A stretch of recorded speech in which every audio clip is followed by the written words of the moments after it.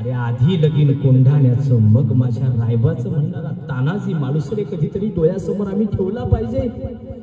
आपल्या मुलाच्या रायबाच्या लग्नाचं निमंत्रण घेऊन गेलेला तानाजी मालुसरे जेव्हा कानावर बातमी पडते, तानाजी रायबाच्या लग्नाचं निमंत्रण घेऊन आलात पण राजांनी कोंढाण्याची मोहीम आखली आहे, हे कानावर पडलं माझ्या तानाजीच्या. राज धन्यानं मोहिमेवर जायचं आणि आम्ही वरबाप म्हणून मिरवायचो लग्नात.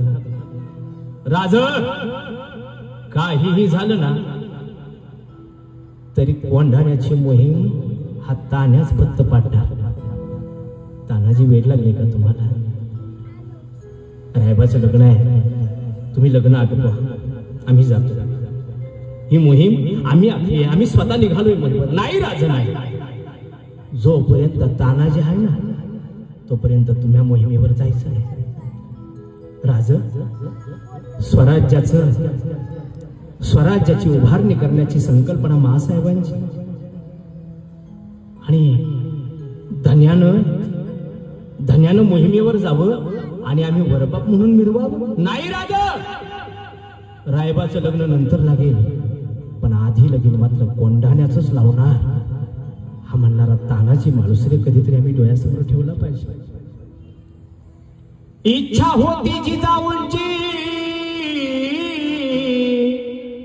मी माझ्या काव्य रचनेत लिहिले बरं कसे. इच्छा होती जिजाऊंची यावा कोंढाणा स्वराज्यात,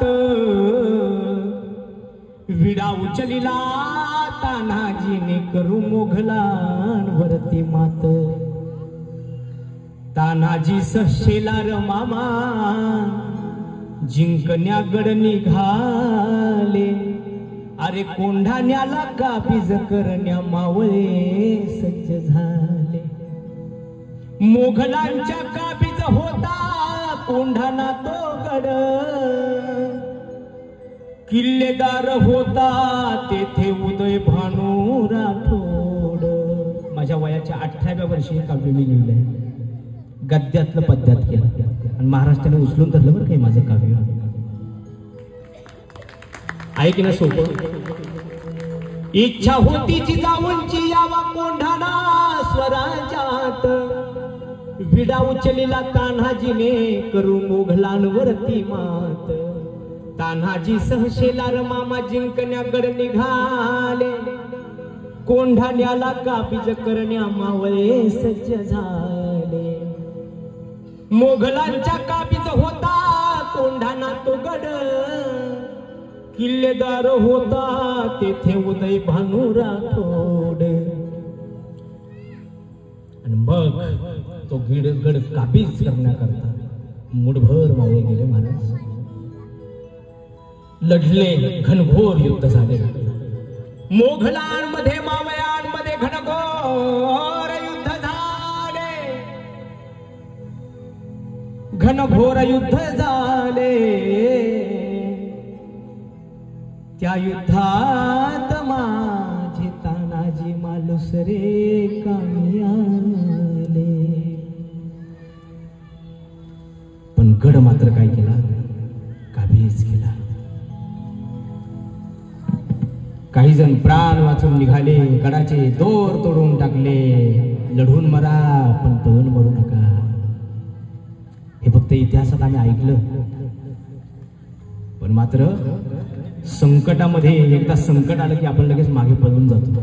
पळून नाही जायचं, आम्हाला लढायचंय, लढायचंय, लढून लढून मरायचंय, हे शिकवलं आम्हाला इतिहासाने. म्हणून गडाला पळसिंह गेला, शिवबाराजे वदले. गड आला हो, पण कोण गेला? सिंह गेला. ते भगवं निशाण जेव्हा फडकत होत तेव्हा रक्ताच्या थारोळ्यात पडलेला तानाजी मालुसरे काय म्हणत होता मावळ्यांना? जा रे जा, गवताच्या गंजा पेटवा, तोफांचा आवाज करा, करू द्या शोभा राजा.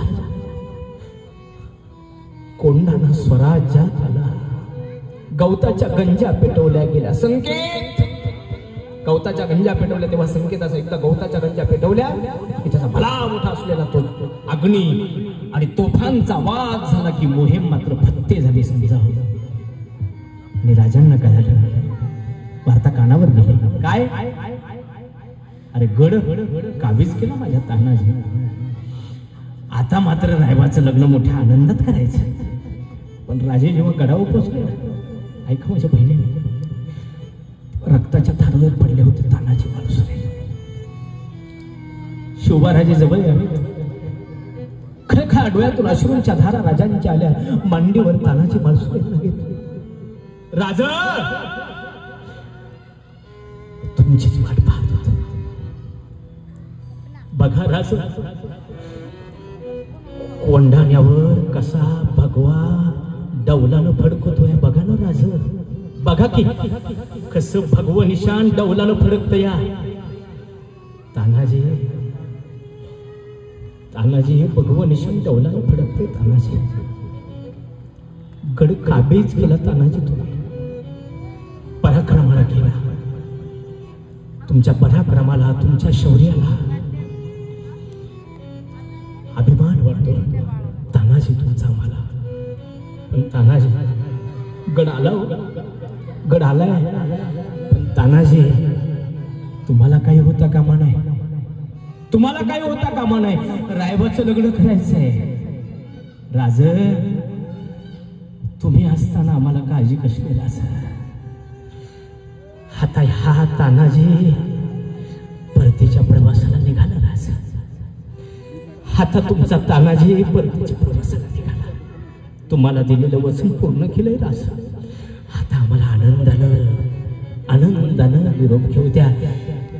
जगदंब जगदंब म्हणत तानाजी मालुसरेंनी प्राण सोडले.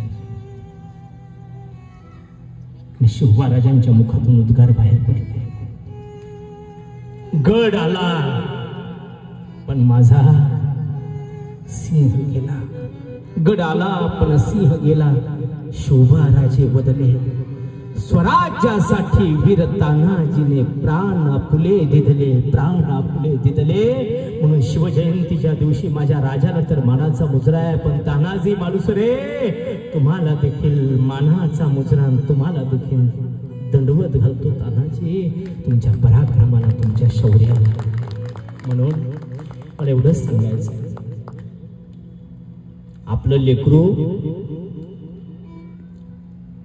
कुणी काळाच्या तोंडात येईल का?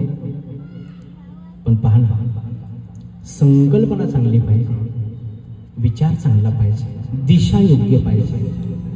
आणि म्हणून शिवबाराजेच्या दिशेनं वाटचाल करतात ती दिशा योग्य आहे. ती सगळ्यांच्या हिताची आहे, ती रयतेच्या सुखाची आहे, ती सगळ्यांना समृद्ध जीवन जगण्यासाठी आहे. म्हणून त्या माय मावल्यांनी एक एक तरुण बांड पोरग शिवरायांच्या त्या कार्यासाठी अर्पण केलं. त्या मावल्यांना देखील आपण विसरलं नाही पाहिजे.